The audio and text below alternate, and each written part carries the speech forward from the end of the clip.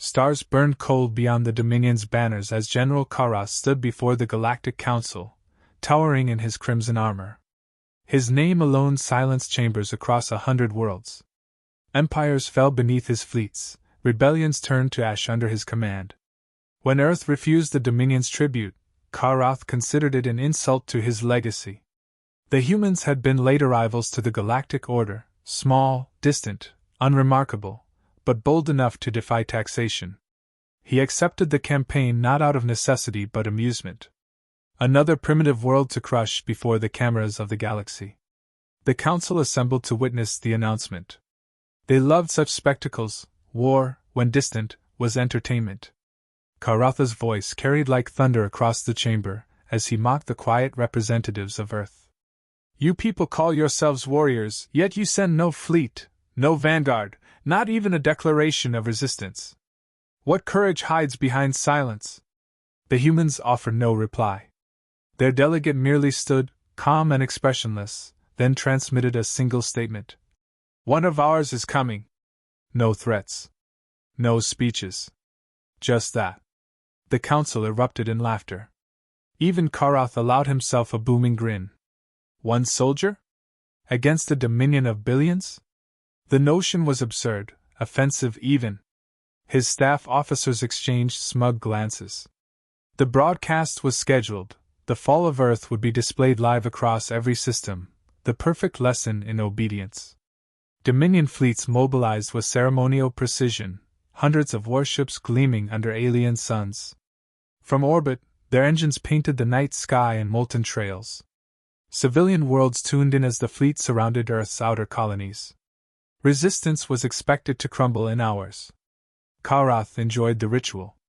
He believed intimidation was the true art of conquest, crushing will before striking flesh. But even as the preparations concluded, something unsettled him. The humans did not plead. They did not move their fleets. They did not even respond to hails. Instead, sensors detected a single launch from Earth's surface, a small dropship, unarmed, on direct course for Dominion space. When the transmission reached the council, laughter broke again. Kara sneered. One? They mock us still. Let them send their messenger. We'll display his remains as a warning. Yet when the ship appeared on long-range scanners, it carried no identification, no broadcast signal, no life signs. A metallic shell drifting through the void, accelerating without escort. Dominion destroyers intercepted, weapons locked, but before they fired, the vessel shifted trajectory, cutting through debris fields with unnatural precision. Energy readings fluctuated beyond known propulsion limits. It entered atmosphere unannounced, ignoring planetary defenses as if they weren't there. Karath watched through tactical displays as the craft fell toward the desert basin outside his fortress capital. He expected a crash, fire, spectacle. Instead, the ship descended quietly, engines dying mid-air, landing like a whisper.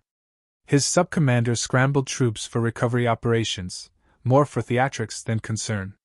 The general himself prepared a speech for the broadcast, mock sympathy for the foolish human envoy. But beneath the noise of his rhetoric, a sliver of irritation grew. The human silence gnawed at him. Every enemy he had faced screamed, begged, cursed.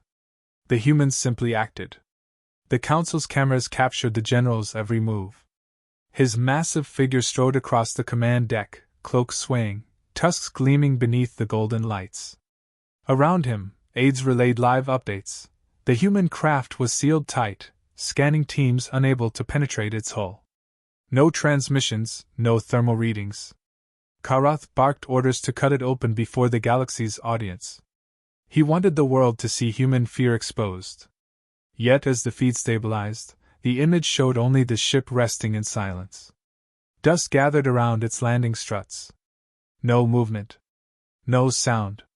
The sun set across the alien dunes, and still the craft remained unmoving.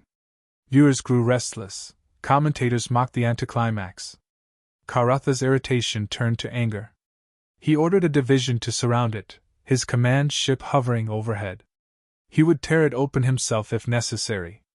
Before dawn, an officer approached, hesitant.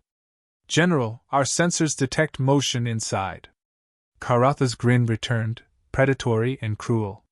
Finally, the performance would begin. He raised his hand to the holocron and declared for all the galaxy to hear. Behold the measure of humanity! One trembling soldier daring to face an empire. Let this be the shortest rebellion in history. He didn't know that across the Council's networks, the human dropship had already begun transmitting something, an encrypted signal not in words but in pulses, quiet and deliberate, syncing with Dominion frequencies one by one. Karath dismissed it as static. He didn't yet understand that the war he believed would start tomorrow had already begun the moment that ship entered his sky. The cameras panned out as Karath turned to face the horizon, banners flaring red against the night. Pride filled every corner of his mind. He had conquered worlds, ended dynasties, erased civilizations. Earth would be no different. Yet, in the quiet hum of static filling his comms, there was a pattern, a rhythm that felt almost like breathing. It unsettled him, though he'd never admit it. The galaxy watched, amused and confident, unaware that for the first time in his long career, General Karath had mistaken silence for weakness. 700 words. The desert wind carried static through the Dominion's encampment as the black hull of the human dropship split open like a cracked shell. A shimmer of silver stepped out, tall, deliberate, encased in armor that reflected the rising sun. The surface rippled as if alive, adapting to light and temperature. No insignia, no color, no visible weapon. Only a featureless mask staring forward. Troops surrounded it in perfect formation, weapons raised, expecting resistance or surrender. Instead, the figure simply placed a small device on the ground, a smooth obsidian sphere that emitted no sound, and began walking toward the city. Karath watched from his command balcony, half amused, half curious. The live broadcast displayed every step. Commentators mocked the human's arrogance. Analysts debated whether it was ceremonial or suicidal. He ordered his soldiers to seize the intruder intact. Bring me his helmet. I want to see the eyes of a fool. Armored carriers moved out, their engines shaking the sand. The human didn't slow. Targeting systems locked on, and every weapon fired in unison. The explosions rolled across the basin, clouds of dust swallowing everything. When the smoke cleared, the human was still walking, armor unscathed. The Dominion officers froze. Sensors glitched, energy readings spiked beyond calibration. The black sphere pulsed once, a faint vibration through the ground, then silence. Karath demanded explanations. His engineers stumbled through data, no known energy signature, no traceable code. The pulse hadn't been an explosion but a signal. Communications began failing within minutes. Tactical maps distorted, units vanished from sensors. Drones spiraled out of control and crashed into their own lines. Soldiers shouted over broken radios. Karath barked orders, but his commands reached no one. The human raised a hand, and for a moment the Dominion army saw their own reflections mirrored across his armor, tiny, trembling, insignificant. Then movement blurred. One moment he was distant, the next he was among them. Bodies fell without sound. Weapon systems disassembled mid-fire as if dismantled by invisible hands. The Dominion's broadcast feed caught fragments, soldiers firing wildly into dust, plasma bursts lighting the haze, a metallic silhouette moving faster than cameras could track. Then the image cut to black. Across the Galactic Council's channels, confusion spread. Analysts demanded a feed restore. Viewers accused Earth of hacking the broadcast. Rumors filled the void, whispers of teleportation, molecular phase armor, or biosynthetic war machines. Yet none could confirm. The only consistent transmission came from Karatha's flagship, a steady heartbeat-like pulse overriding all other frequencies. It carried no data, no message, only rhythm. In the command chamber, Karath felt the tremor through the floor. Reports arrived fragmented. Entire battalions had gone silent. Artillery crews found their targeting systems rerouted. Tanks turned their guns inward, firing without orders. Panic crept through even his veteran troops, soldiers bred for obedience. He tried to reassert control, shouting into failing comms, but every signal came back distorted, with his own voice played an octave lower, repeating his words back to him. Through the chaos, the human continued walking, unhurried, unstoppable. Wherever he passed, machines ceased to obey their makers.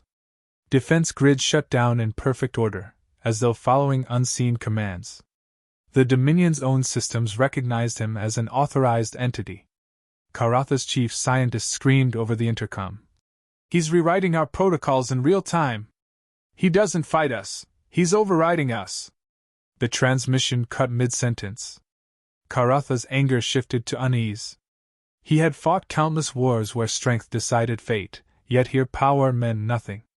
The enemy's weapon wasn't fire or steel but silence, absolute, surgical control of reality. He ordered orbital bombardment, desperate to end the humiliation. Fleets above the planet prepared to strike, but their targeting computers refused the command. The Pulse had reached orbit. Each ship reported lockdown. Crewmen stared helplessly as systems flickered into standby mode, weapons safe by unseen hands. Down below, the general's city loomed on the horizon, its spires glinting in early light. Between him and those towers walked the solitary human, advancing with mechanical patience. Soldiers fell back instinctively, breaking formation, abandoning vehicles. The once grand army of the Dominion dissolved into scattered clusters of confusion. Karath slammed his clawed fist against the console, cracking the metal. "It's one soldier!" he roared to no one who could hear. "One!" The faceless figure kept coming. He did not taunt, did not pause, did not gloat. His very existence dismantled everything Karath had built, every illusion of dominance stripped bare. The pulse that began as a faint vibration now echoed through every Dominion frequency, syncing perfectly with the rhythm of a heartbeat. Karath finally understood what it was, the sound of human intent, steady and inevitable.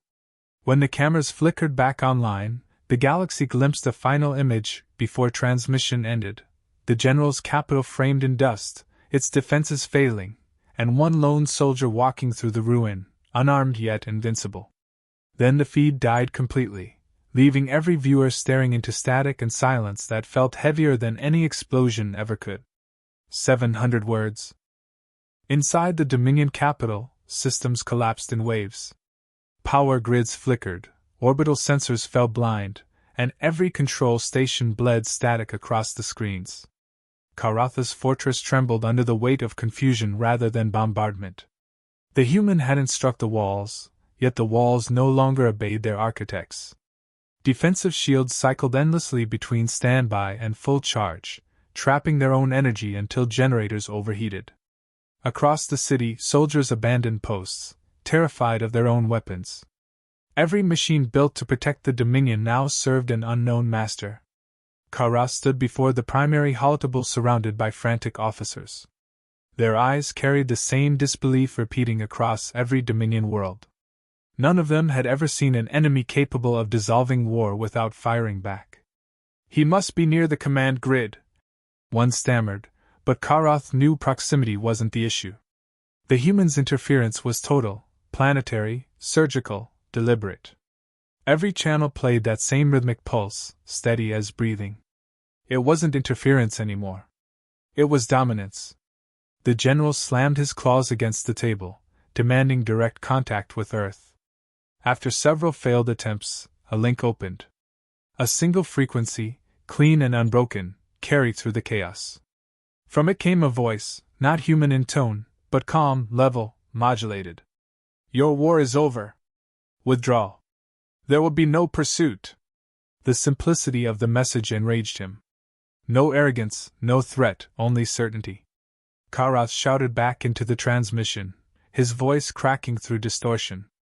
"You insult the Dominion! Show yourself, human! Face me, if you dare!" The voice did not reply, but the feed shifted. On his central screen appeared a single tracking marker moving through the ruins toward the fortress gates. Karath ordered every remaining unit to converge. No one answered. Communications had fully collapsed. Even as he shouted, the lights dimmed, the hum of his ship's reactors slowed as though suffocating. He grabbed his energy blade from the stand beside the console, forcing his armor to manual override. If his soldiers had fallen, then he would end it himself. The echo of approaching footsteps filled the throne corridor. Doors slid open without command. The figure entered, same featureless armor, same unhurried stride. Karath advanced, blade igniting in a flare of crimson heat. "You stand before the blood of 1,000 worlds," he roared. The human said nothing. Karath attacked, fast and precise. Every strike met nothing but calculated deflection. The soldier moved like reflection, fluid, unbroken, economical. Sparks flew with each clash, yet the human stance never shifted. Frustration consumed the general. His blows became wild, desperate. He struck again and again, each swing heavier, slower. The human countered once, an elegant motion disarming him entirely. Karath fell to one knee, armor sparking where the blade had been turned aside. The soldier stood over him, silent. The general glared upward, chest heaving. "Why one? Why insult me with so little?" For the first time, the faceless mask tilted slightly, as if acknowledging the question. The voice that emerged was soft, neutral, almost mechanical. "Because one is enough." Karath froze. Those words carried no emotion, no victory, only statement. He felt the hum of the pulse through the floor intensify. The black devices the human had planted earlier across the planet were activating in perfect sequence. Orbiting fleets began transmitting warnings, then silence. Karatha's officers screamed that the ships were dead. Engines offline, reactors locked, weapons disabled. The Dominion's empire-wide network was unraveling from the inside out. The general staggered to his feet, staring at the holographic display showing red icons extinguishing one by one. The Dominion's armadas, symbols of fear across galaxies, now floated powerless, engines cold. Every world connected to their command grid went dark in unison. The human turned away, walking back through the shattered corridor without looking back. Karath called after him, but his voice sounded small, lost in the hum of collapsing systems. He fell to his knees as his city's lights died. The last transmission sent across the Council network displayed the Dominion's capital shrouded in smoke and silence. Then the signal cut, replaced by Earth's emblem and a single line of text in universal code. "War concluded. No further action required." Across the galaxy, entire civilizations watched in disbelief. No massive fleet. No invasion. Just precision and finality. The idea of power shifted that day, not towards strength or numbers, but to understanding and control. Karath knelt in the ruins of his empire, unable to comprehend how humanity had achieved it. For the first time in his existence, he realized that fear didn't always come from death or destruction. Sometimes it came from what refused to explain itself. 700 words. The broadcast of the Dominion's collapse rippled through the Galactic Council like a shockwave.